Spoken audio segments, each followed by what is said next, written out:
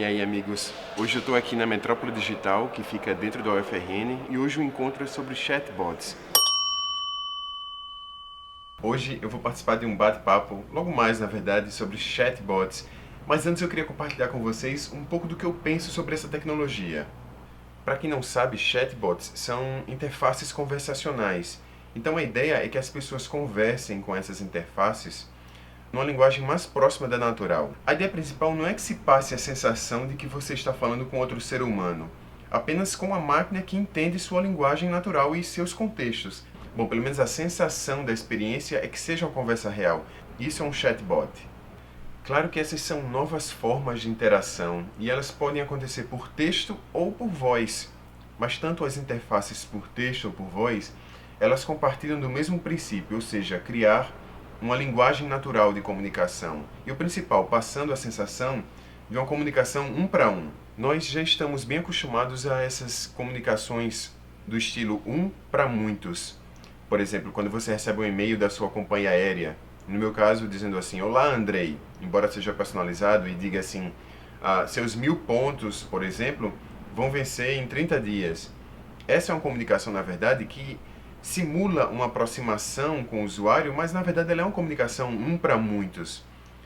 Foi feita uma leitura no banco de dados e entregue para milhares de pessoas a mesma mensagem, apenas mudando algumas características de informação. O que a gente quer é que o chatbot eleve essa relação de comunicação para outro nível.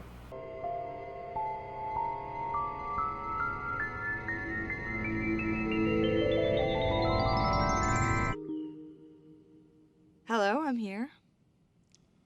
Oh. Hi. Hi.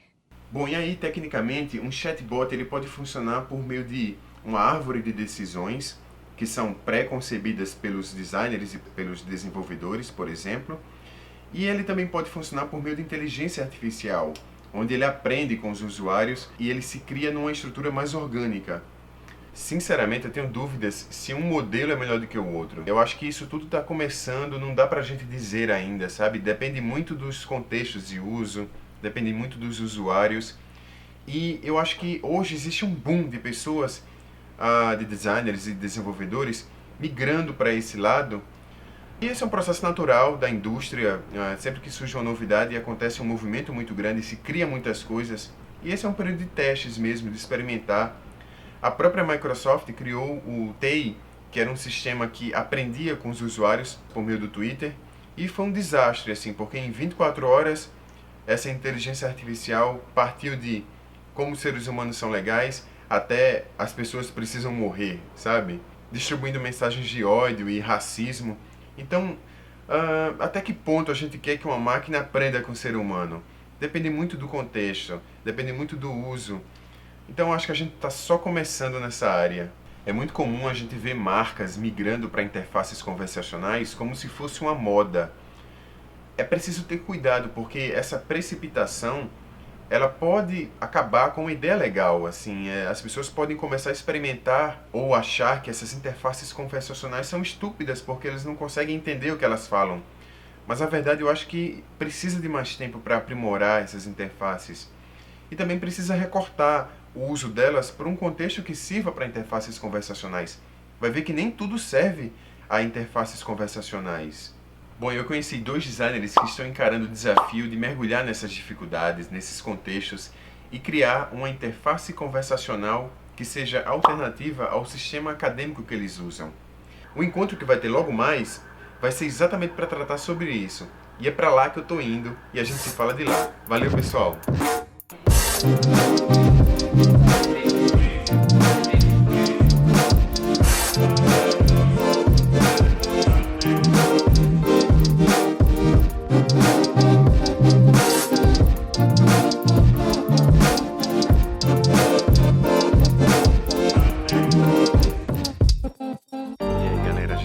Aqui, a oficina de chatbots, e sem dúvida eu vou querer saber mais com esse pessoal. Veja aí. Fala pessoal, eu chamei os designers que fizeram a Bia, estão ali, a Adolfo e Larissa, para conversar um pouquinho sobre como criar chatbots, quais foram os desafios, quais foram as inspirações, as dores para se criar a Bia. Então eu vou mostrar para vocês um pouco de como foi essa conversa.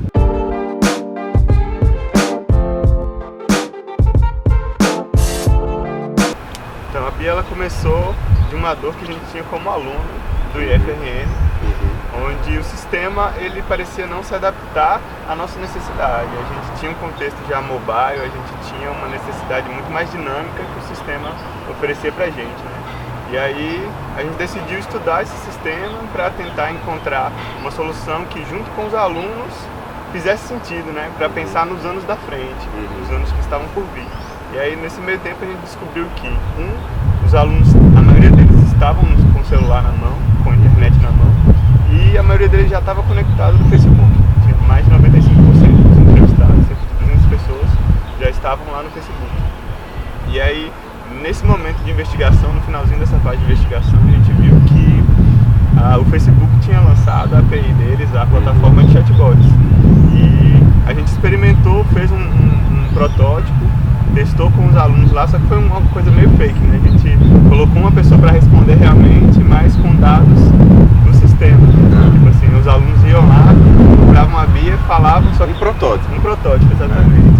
E aí, a aceitação foi bem massa, o pessoal se surpreendeu, assim, nossa, que massa, que legal poder interagir com o Swap por aqui. E uma coisa curiosa também é que agora a gente está estudando lá dos professores. E a gente percebeu que a maioria dos professores já utiliza o Facebook para auxiliar na sala de aula. Eles já fazem grupos lá dentro, falar com os alunos. Então, por que não, né? Colocar um pouquinho dessa sala de aula lá dentro se o Facebook já é utilizado como ferramenta. Tipo, essa parte está sendo um dos maiores desafios, porque a gente tem alunos de 14 a 40 anos. Então, tem uma linguagem totalmente diferente. Tem aquela pessoa que está entrando assim no meio tecnológico, né? Mas ela já entende a plataforma conversacional porque ela usa o WhatsApp, usa o próprio Messenger. Tem aquele aluno que ele já nasceu utilizando o celular. Então tem uma galera de 14 anos que realmente resolve a vida lá dentro e que usa uma linguagem mais fácil, né? Mais fluida, que a gente está tentando entender também. Tem sido um desafio enorme, né? Tipo, fazer uma Bia que atenda esse público amplo. Talvez o desafio maior da gente seja ter uma Bia que saiba dialogar tanto no contexto da idade da pessoa, do contexto social, do regional. Então eu acredito que ela, por conversar com a pessoa, a gente tem como aprender isso. Aos poucos, como uma criança que vai crescendo e aprendendo com a interação, a gente tem que aprender junto com ele.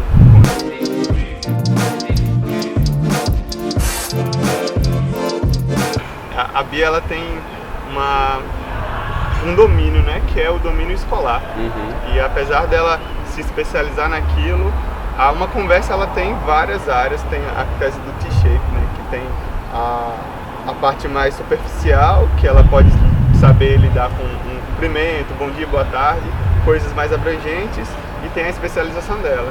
Aí na parte da especialização a gente tem que tentar entender um pouco de como o usuário se comporta durante o período acadêmico para ele se organizar. E a gente poder, através da Bia, facilitar ao máximo, tentando antecipar as ações que eles vão ter.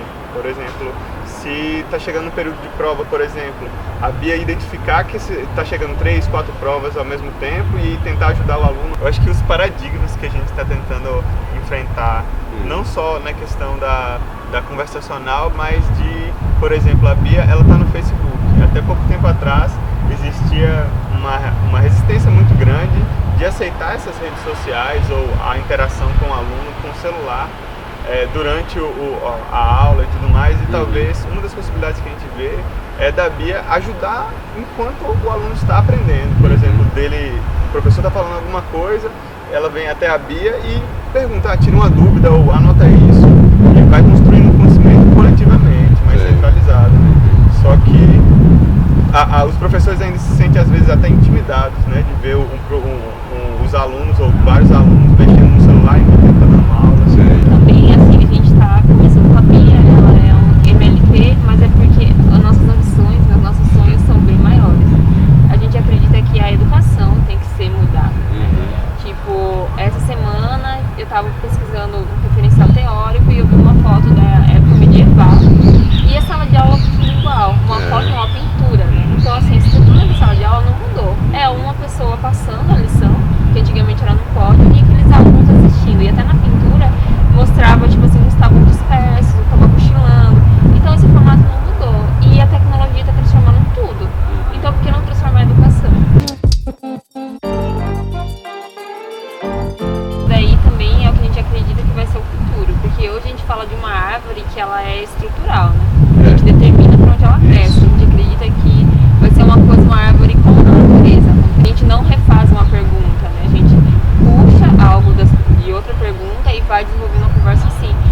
a gente também está tentando fazer uma BIA assim, que ela, como ser humano, converse de uma forma fluida. Que ela não para que você utilize ela, você não tem que se comportar como um robô, entendeu? A gente não quer que as pessoas pensem que a BIA é um humano, não é o objetivo, mas é que ela consiga ter uma conversa, que ela consiga conversar com o humano de uma forma orgânica.